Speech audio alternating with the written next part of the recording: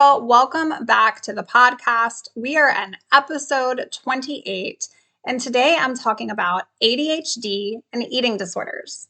I'm going to be sharing with you my personal struggle with ADHD and my journey of awareness and clarity and so much more. You will want to listen to today's show. I really think it is going to bless your day if you yourself struggle with ADHD. You're not alone. There are many links between eating disorders and other mental health issues such as ADHD. All right, girlfriend, let's get started. Hey girl, welcome to the Her Best Self podcast. I'm Lindsay Nickel, former competitive figure skater and perfectionist, turned God-led imperfect boy mom and digital CEO. If you find yourself constantly thinking about food and wondering if you'll wake up one day free from the obsessive thoughts and behaviors controlling your life, then I've created this podcast for you because I know exactly what it's like to be a downright hot mess trapped in a destructive cycle of disordered eating. I finally found freedom, and you can too, girlfriend. So if you're ready to heal your relationship with food and body and break the chains of control and show up in your best health, then grab your favorite Tarjay journal and let's get to it so you can start living your best life as your best self. I'm going to dive right into our topic today because I have a lot of goodness that I want to share that's been on my heart. I know some of you struggle with ADHD, which is also known as attention deficit or hyperactivity disorder. And this is a condition in the DSM-5 that is known as attentional deficit or predominantly inattentive presentation. And essentially what that means is that you have functioning within your brain that is different. And it's not wrong, it's just different.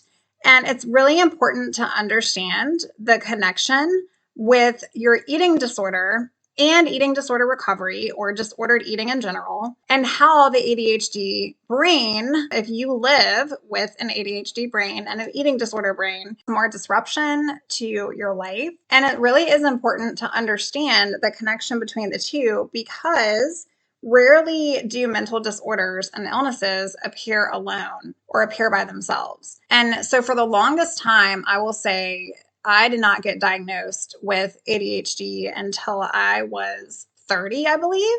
So much made sense to me when I looked back on my childhood and when I looked back at really the time of my recovery. And I just felt like it was so much harder. And I couldn't really understand as to why was it so much harder? Why did I feel like I had to work 20 times harder than other people?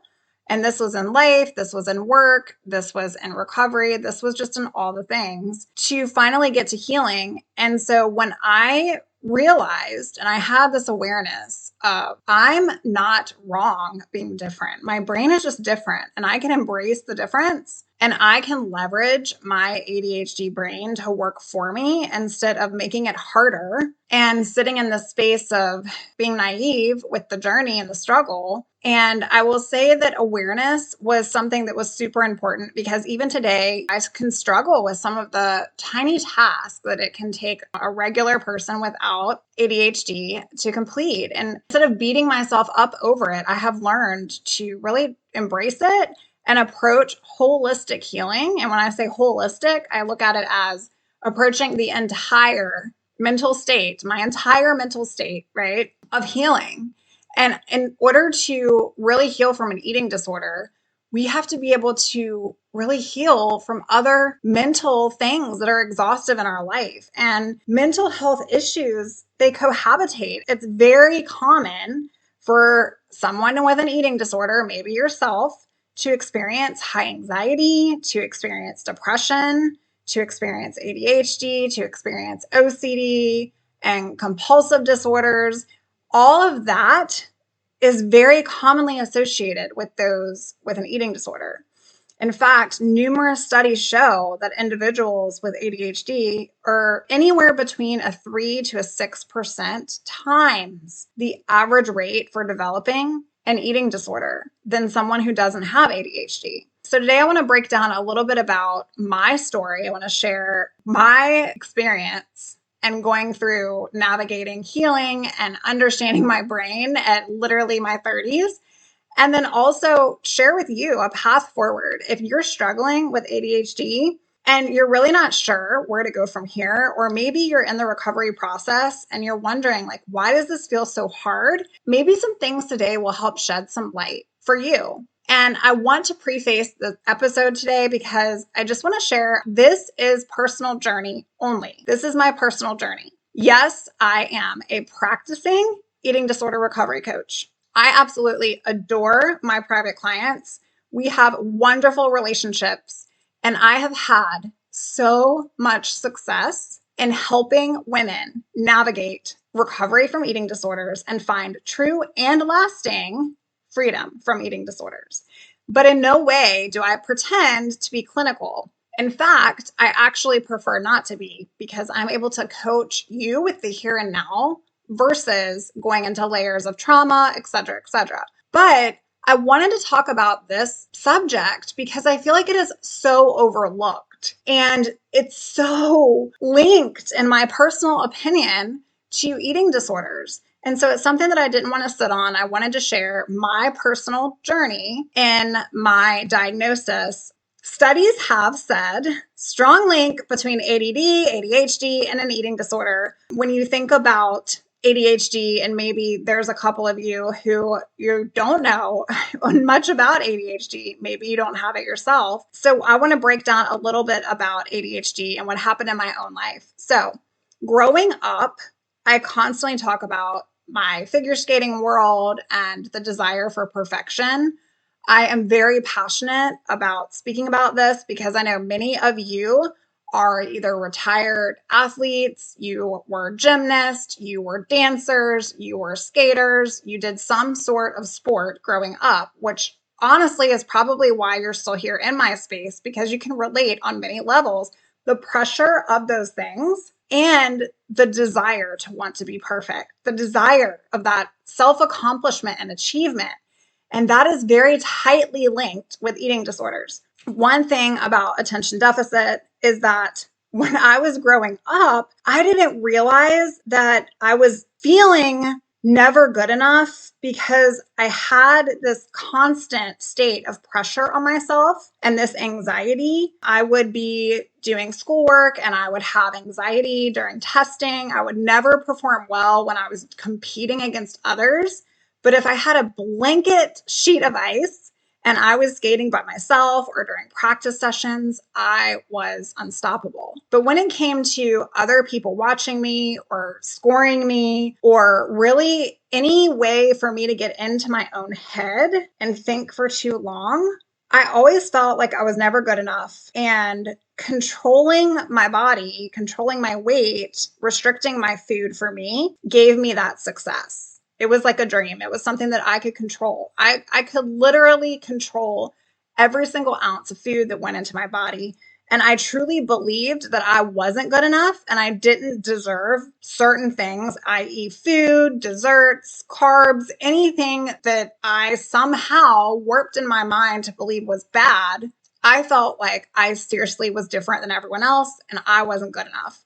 Part of that, now that I understand my ADHD diagnoses, was that I just always felt very forgetful. I had difficulty with being careless, like not clumsy or anything like that. But when it came to details or really remembering things, focusing on things, very detail oriented, I would constantly overlook some of those items. And so I would constantly make little mistakes in my programs, little mistakes on, again, tests growing up that would contribute to, me not getting first place. And so what that did was that would then contribute to this heightened state of awareness of, Lindsay, you're just not good enough. See, this is why you're not going to be XYZ, right? You're not going to be a doctor or a lawyer. You're not going to be a United States Olympic professional skater. You're just not. It's just not in the cards for you because you aren't perfect. But rarely did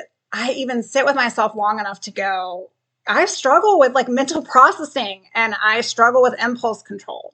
I just had this belief in myself of failure and some weird anxiety in terms of pressures. another thing that came up to me was just that feeling of like my mind was almost in a place of disarray, in a place of unorganization. I think of it as like Google with 20 tabs open. And so I would constantly have 20 tabs open, Xing out one tab while reading another tab, very indecisive, constantly going from a place of being easily distracted. Even in my adult life, after my kids were born and I was completely recovered from my anorexia, I would just have such a short attention span. It was like I could never get anything done on my to-do list. And so I constantly thought, even when building the business, this is just not for me. I'm not good enough. Yet again, that theme would continue to occur in my mind. But it really is important to understand the connection between ADHD and your brain and the way your brain functions and the way you show up in the world. And especially if you have disordered eating, or you have in the past, or disordered eating behaviors that have led to anorexia, bulimia, binge eating disorder, any of the like, because they are linked and you're not alone. And so today's episode, I just wanted to share some awareness, give you my personal experience. So as my son was experiencing many of the same symptoms as me, I went and got him tested because he was experiencing some behavioral issues in school at the age of literally 2, 3, 4. I think we ended up getting him tested when he was 4, my oldest son. And part of that diagnosis was an eye opener. I mean, you talk about looking at the mirror spitting image of everything that you have struggled with and still to the day of the diagnosis of your son struggle with. And you're going, oh my gosh, these are all the symptoms that I deal with on a regular basis. And I have just been comparing myself to other people my entire life and always getting that self-satisfaction of being able to control my life in every single way possible, whether it be work, whether it be food, whether it be whatever outcome I set my mind to. And it was literally eye-opening. And I told my husband, I said, I think I have this exact same thing. Like, I need to go and figure this out. As an adult, I need to go and figure this out. And part of the reason why I will say I don't like fault my parents in any way, I think ADHD has become more common as we've learned more about it. And so that's why nowadays we see that children are often diagnosed. Whereas when I was growing up in the 80s and the 90s, right, it was just not something that you regularly saw. When you thought about ADHD, it was more around boys who were super hyperactive and they just would never sit down in their chair. And it was almost like a joke again, right? We were just very naive as a culture to understand mental health, even though we're still new to it. But it wasn't something that girls were really diagnosed with. And so I don't blame my parents in any way for not recognizing these things about me.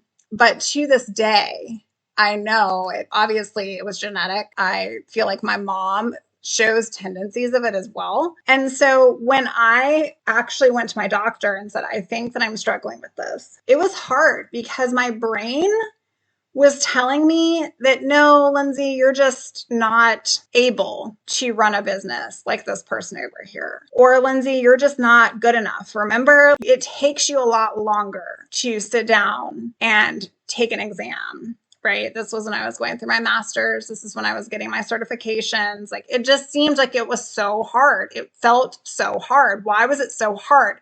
Either I was just the dumbest person on the planet or it was really that hard. And so for me, it was more around the focused attention and the ability not to want to procrastinate all the time. I constantly feel like my mental processing center or something was completely off. And so I remember as an adult, literally cleaning my kitchen and then walking into my son's room and starting to clean something in a drawer in my son's room and then realizing that I was cleaning my kitchen and then not being able to find the spray that happened to be in the laundry room. Like, it was just constantly misplaced. So I look back and I realize that some of the failure that I put on myself that ultimately led to the controlling tendencies around anorexia was that I believed I just wasn't good enough. And I also had a failure to set boundaries with other people. I was a people pleaser. And still I fight with that today. Maybe you do too. But I constantly felt like I was saying yes in all the areas of my life, putting more pressure on myself so that I would be liked. And part of that was my brain's inability to really sit down with itself and think through the entire process. Like, do you have time on your plate right now with all that you have going on to go do this event or volunteer over here or take this child over here to a birthday party? Like, do you have time to do all of that? Or are you just completely wrapped up in your own stuff right now that you're just going to say yes to all the things and then completely burn out? And so I did this my entire life, but managing life just got super hard. And so when I finally sat with myself, looked at my son's diagnosis and was like, this is it. Like, this is it. Not only did the clarity literally just, it was like a combustion in my mind. It became so much clearer as to why my eating disorder recovery just felt so much harder than everyone else around me. I would have days where I wanted it more than anything on this planet. And then I would have other days where I just couldn't even focus on following a nutrition meal plan that I had been given. I couldn't focus on having a snack. I couldn't focus on processing anything. It was like numb. Now I know that parts of that were definitely eating disorder brain, trying to keep me slaved to the eating disorder.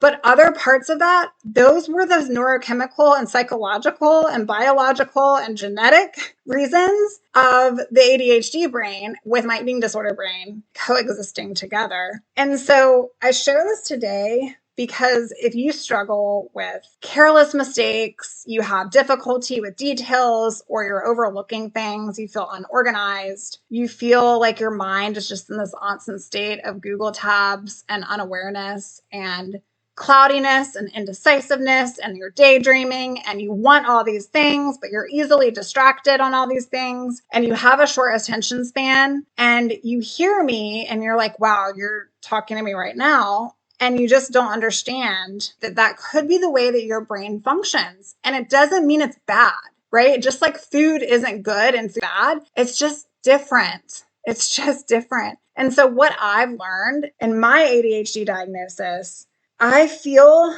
like it took off so much pressure to perform. It took off the pressure because now I know how to use it for my own good. I know how to show up for myself. I know that I need to stick to some boundaries. I know that there are going to be days where my mental processing and impulse control is highly sensitive. I know that I don't like to listen to fireworks on the 4th of July. I know that I'm sensitive to certain foods. I know that I can really experience levels of procrastination. And so it's something that I decided for me need to be treated by a licensed professional in order for me to live a life managed where I wasn't just putting like a Band-Aid on some of the symptoms. And also, I didn't want for the eating disorder voice to come back in. And so I found that it was extremely important for me to look at it from a holistic approach to healing. And so I say all this today because you're not alone if you deal with this as well. And treating ADHD and eating disorders is something that is extremely, I feel like, important to talk about, because when we focus on treating ADHD, then we can become more equipped to recover from an eating disorder. We have to do these things together, but we have to do them as different parts of the puzzle in order for it to be holistic and well-rounded. And so I have many clients that I coach who are also, I'm working as part of their care team. And so they're working with a licensed therapist who knows that they have a certain mental health condition that is also contributing into their life, like anxiety, depression, ADHD, OCD, other things. And so treating that problem is in its singular form is very important. But also what's important is looking at it from this holistic way of being. And so looking at it separately and treating it separately, but then managing it holistically. And that's where recovery coaching is really important, because we can go, okay, I need to set goals this week on really planning what snack I'm going to have, or I need to really get clear and focused on my impulse control because I want to overeat and I'm mindlessly eating. And then it's just this way to escape and feeling like I just can't stop. And part of it really is the link with the ADHD and what I believe is that compulsive eating, that binging, that purging. It's like you want to feel in control and you're struggling with managing control. And so you have this difficulty focusing and you're coping with food or a lack thereof. And it makes you feel better. It makes you feel better. It makes you feel more successful. And literally, I feel like ADHD married up with an eating disorder is like torch fuel to a fire. Really looking at these two mental health issues together while we're treating them separately is something that I fully believe in because that's how I have managed to really heal my own journey and really heal my own life. One thing that I do want to share today is that I really want you, if you get anything out of this episode, I really want you to sit with yourself and admit that maybe there is an issue. I will tell you that the biggest part of experiencing ADHD and then leading up to my diagnosis and me wanting to get help for it was very similar to me leading up to my eating disorder diagnosis and recovery. It was like, I didn't want to believe that I had a problem. I didn't want to believe that that might be an issue. I didn't want to believe that I was different because in my mind, different meant bad. Different meant you weren't perfect. Different meant you were not better than anyone else. And even though I didn't really care about other people, right, my perfection was more of an internal measuring stick. I wanted people to like me. I wanted affirmations. And if I have this brain condition, then something's wrong with me. And that's how I felt. I had this stigma of that for a really long time. So even though I say I was like light bulb moment with my son's journey, there were moments where I just sat with myself and I was like, no, I'm just forgetful. I mean, anybody with this much on their plate would be forgetting things. Anyone with this much on their plate would have high anxiety. Anyone with this much on their plate would be constantly distracted and maybe daydreaming and being indecisive.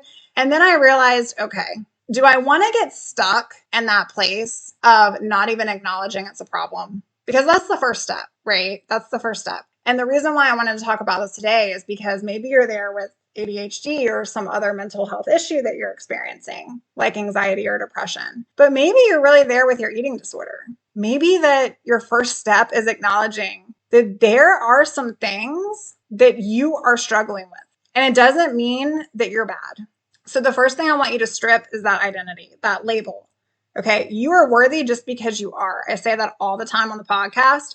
You are worthy because you have purpose and God has put you here on this planet to live that purpose out. And ADHD and eating disorder brain are just something that we have to deal with because we are warriors. Okay. You are a warrior. You are a warrior. And sometimes we have to deal with these things that, you know what, maybe they're not the easiest, but acknowledging that they're a problem is the first step in that recovery process. It's the first step in my ADHD diagnosis was going, oh my gosh, forgetting to go to my kid's school to pick him up is a problem. Okay. And so I will be the first to admit that multiple things had to lead up for me to go, it's not me. It's not the person that I am in my heart. This is not that. This is completely a neurochemical, a psychological, a biological, like all of this are reasons why I am feeling the way I am. And it's just the way that my mind operates. So knowing that I can raise my hand and I can go, now what am I going to do about it? The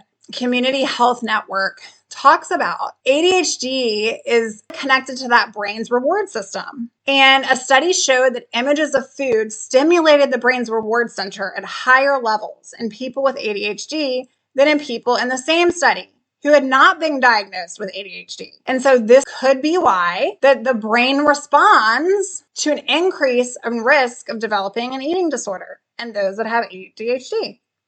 Also, ADHD is often associated with how the brain interrupts signals and cues from the rest of the body. So if you have a sensitivity, it can make it really challenging when to know to stop eating, or it can also make it challenging if you have a restrictive eating disorder and you may not even have an appetite, right? Maybe you get stressed and you just don't eat.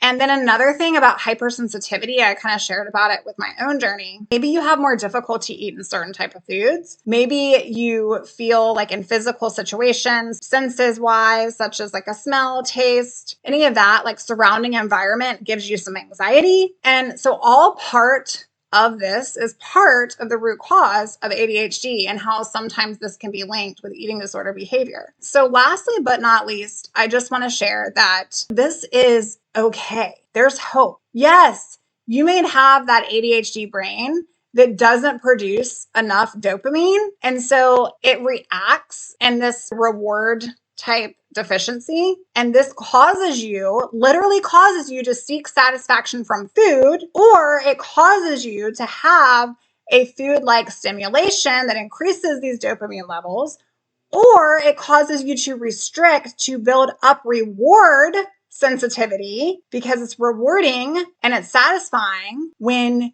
you are restricting, right? If I'm speaking to you today and you're feeling this, I just want you to know, again, you're not alone. I almost didn't want to share my own ADHD journey because I feel like, again, our society is very limiting in terms of understanding the ability to process mental health. But I know my ladies here will respect it. And I just want to be transparent. I want to be vulnerable with you. If you're here listening to my podcast, I love you. I appreciate you. And I see you. And maybe you have poor impulse control. And maybe you don't have really great sleeping habits. And maybe you have irregular eating habits. And maybe you just feel like you're constantly going crazy and crawling out of your own skin. And a lot of that is also your brain. It's your brain. And so treating both ADHD and an eating disorder together, it really is part of this overarching holistic approach. I want you to spend some time with you, love on you today. I want you to know that you are enough. You are enough. And food can become a way to cope and feel in control, but God is in control of your life. Girl, you don't need to live with this any longer. So the first step is really admitting that there may be an issue. And regardless if that is an ADHD diagnosis like mine, or if it is a eating disorder diagnosis, I want you to sit with yourself and I want you to ask yourself, does this feel like it is impacting my functioning? Does this feel like it is impacting my daily life? And if so, what am I going to do about it so that I can experience freedom from this? Because I deserve that. Because sister, you do. You so deserve that. I just want to encourage you today. If you are looking for support with recovery, I just might have exactly what you're looking for. I work with ladies and we develop intuitive healing practices that we can go to. It's like a tool in this massive toolbox that we can learn new skills. And I work with you personally, and I will help you as you navigate food freedom and recovery along the road of your eating disorder journey. You totally got this, girl. And if you would like more details, you can send an email over to me at info@lindsaynickel.com. Until next time, I'll talk to you soon. Oh, friend, thank you so much for letting me share what was on my heart today. My hope for this podcast is to help more women find freedom from food and body. If this has empowered or blessed you, let me know. I'd be honored for your rating and review of my show, and I'd love to connect with you in my private Facebook community. You really can move from perfection to purpose. Let's break the chains together. I'll help navigate the way. Until next time, bye for now, girl.